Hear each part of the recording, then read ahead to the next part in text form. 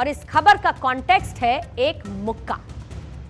एक मुक्के के चलते पूरा मुद्दा बदल गया। दरअसल देश में इस वक्त कड़ाके की ठंड है और मौसम ऐसा कि हमारा यातायात भी इसके चलते ठंडा पड़ चुका है। मतलब ट्रेनें लेट हैं, फ्लाइट लेट हैं, फ्लाइट्स डाइवर्टेड हैं, फ्लाइट्स कैंसिल्ड हैं। जो तस्वीरें अमूमन पहले किसी रेलवे प्लेटफॉर्म से आती थीं, वैसी ही तस्वीरें अब टारमैक से सामने आ रही हैं। टारमैक एक एयरपोर्ट का वो इलाका होता है जहां से यात्री फ्लाइट बोर्ड करते हैं, यानी कि बोर्डिंग एरिया। इस खबर के दो एंगल हैं और पहला एंगल ये कि हिंसा किसी भी तरीके की क्यों ना हो, वो ठीक नहीं है। उसमें कानून अपने हिसाब से काम करेगा और उसके लिए हम इतना ही कहेंगे कि कुछ सेकंड का आवेश आपको एक अपराधी बना सकता है। आप इस तस्वीर को जरा देखिए। साहिल कटारिया, जो कि एक आम यात्री की तरह फ्लाइट बोर्ड किया उन्होंने, उनके साथ उनकी पत्नी भी थी, लेकिन चंद सेकंड के गुस्से ने उन्हें पूरे देश के सामने अपराधी बना दिया। गुस्सा और गुस्से के बाद गिरफ्तारी की दो तस्वीरें। ऐसे मामलों में एयरलाइंस का पक्ष क्या हो सकता है, हमने आपके सामने रखा था, लेकिन आज हम दूसरे पक्ष की बात करेंगे। और दूसरा पक्ष कौन है? एक यात्री, एक ट्रैवलर, जो मैं भी हो सकती हूं या आप भी हो सकते हैं, कोई भी आम इंसान, यानी कि हम और आप।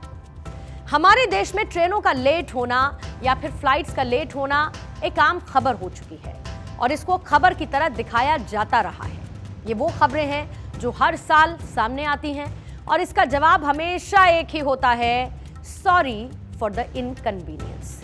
असुविधा के लिए खेद है। लेकिन हमें यहां पर यह भी समझना होगा कि हर गलती का ठीकरा सुरक्षा के नाम पर हमेशा यात्रियों पर नहीं फोड़ा जा सकता है।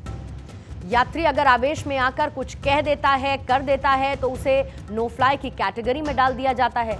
लेकिन आप जरा ये सोचिए कि अगर एक यात्री चंद मिनट लेट हो जाए तो क्या ये फ्लाइट उसके लिए चंद मिनट वेट करने पर विचार कर सकती है? ना, फौरन बोर्ड लग जाता है, बोर्डिंग क्लोज्ड। मिन्नतें करते रहिए लेकिन आपको एंट्री नहीं देंगे।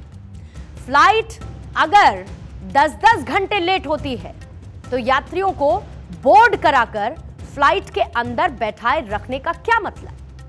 एक ऐसा मैकेनिज्म तैयार क्यों नहीं किया जाता जिससे यह साफ साफ पता चल सके कि फ्लाइट या ट्रेन कितनी लेट हो सकती है, फ्लाइट फ्लाई करने भी वाली है या फिर उसको कैंसिल किया जा रहा है, यानी कि सिंपल कम्युनिकेशन एंड इंफॉर्मेशन।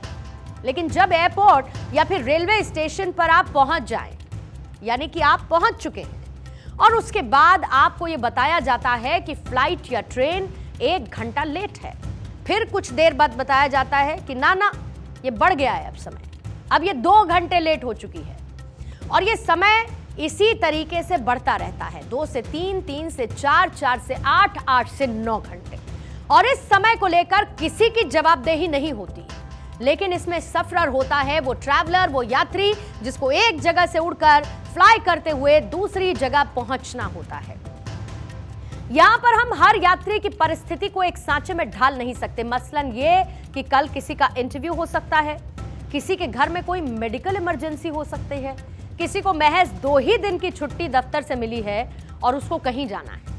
अगर आप ये सोचते हैं कि 10-10 घंटे की देरी करने पर आप सिर्फ असुविधा के लिए खेद प्रकट करते हुए जवाब देकर हमेशा खुद को क्लीन चिट देते रहेंगे, तो शायद ये फॉर्मूला बदलने की जरूरत है। अगर फ्लाइट के उड़ने और लैंड होने के समय की कद्र है तो फिर एक यात्री के समय की भी उतनी ही कद्र की जानी चाहिए। अगर फ्लाइट या ट्रेन लेट होती है तो एयरलाइन कंपनीज को या रेलवे विभाग को यात्रियों को पहले से सूचित करना होगा और आखिरी वक्त पर देरी कर करके आप किसी का मेंटल हरासमेंट ही कर रहे होते हैं। और ये जो असुविधा है ये आपने और मैंने कई बार झेली है। कोई जवाबदेही नहीं, कोई बताने वाला नहीं, बचता है तो सिर्फ और सिर्फ इंतजार उस दरवाजे के आगे जो जब खुलेगा तो हमको प्लेन में एंट्री मिल पाएगी। एयरलाइंस को फ्लाइट कैंसिल होने की स्थिति में यात्रियों को रिफंड करना चाहिए या फिर उनके लिए दूसरी फ्लाइट की व्यवस्था करनी चाहिए, ऑप्शनल फ्लाइट, खाने पीने का इंतजाम भी करना चाहिए। कुछ तस्वीरें आपने सोशल मीडिया पर देखी होंगी, जब उस जगह पर जहां पर प्लेन खड़ा हुआ है वहां पर यात्रियों को रिफ्रेशमेंट्स दिए जा रहे हैं। कई घंटों के लिए यात्री वहां जमीन पर बैठे हैं, ठंड के मौसम में। लेकिन क्या करे कोई? अगर कोई फ्लाइट ज्यादा देरी के कारण कैंसिल हो जाती है तो यात्री दूसरी एयरलाइंस की फ्लाइट में अपना टिकट करा सकते हैं। ऐसी सुगम और सिंपल व्यवस्था होनी चाहिए। लेकिन इसमें एक और पॉइंट है। पॉइंट यह है कि आपको कहीं जाना है और आपने कोई टिकट 4 से 5 हजार में खरीदी, लेकिन फौरन अगर आप टिकट खरीदेंगे तो उसका रेट होगा 20 से 22 हजार का। अगर यात्री को उसी फ्लाइट में जाना है तो उस एयरलाइन को स्टे और फूड की बिना किसी लाग लपेट की व्यवस्था करना चाहिए और ये एयरलाइन की ही जिम्मेदारी है। इस पूरे मामले को लेकर देर में ही सही लेकिन एविएशन मिनिस्ट्री की तरफ से दखल दी गई है और इसी बीच डीजीसीए ने एक नया स्टैंडर्ड ऑफ ऑपरेशन, एक नई एसओपी जारी की, जिसके चलते देरी की मार पर मरहम लगाने की एक कोशिश की गई है। अब क्या होगा? डीजीसीए ने फ्लाइट लेट होने की सटीक रियल टाइम की जानकारी देने के लिए आदेश दे दिया। साथ ही एयरपोर्ट पर कोहरे से संबंधित जो व्यवधान है उसके बीच यात्रियों के साथ सही से कम्युनिकेट करने, एयरपोर्ट पर कर्मचारियों को सेंसिटिवली पेश आने के लिए जोर दिया गया। बोर्डिंग से इनकार, उड़ान रद्द होने, उड़ान में देरी के कारण यात्रियों को एयरलाइंस की तरफ से दी जाने वाली सुविधाओं की जानकारी देने के लिए भी कह दिया गया है और अब ये एक्शन लेने की बात की जा रही है। लेकिन देखिए, तस्वीर बदलती है या नहीं, ये तो देखने वाली बात होगी।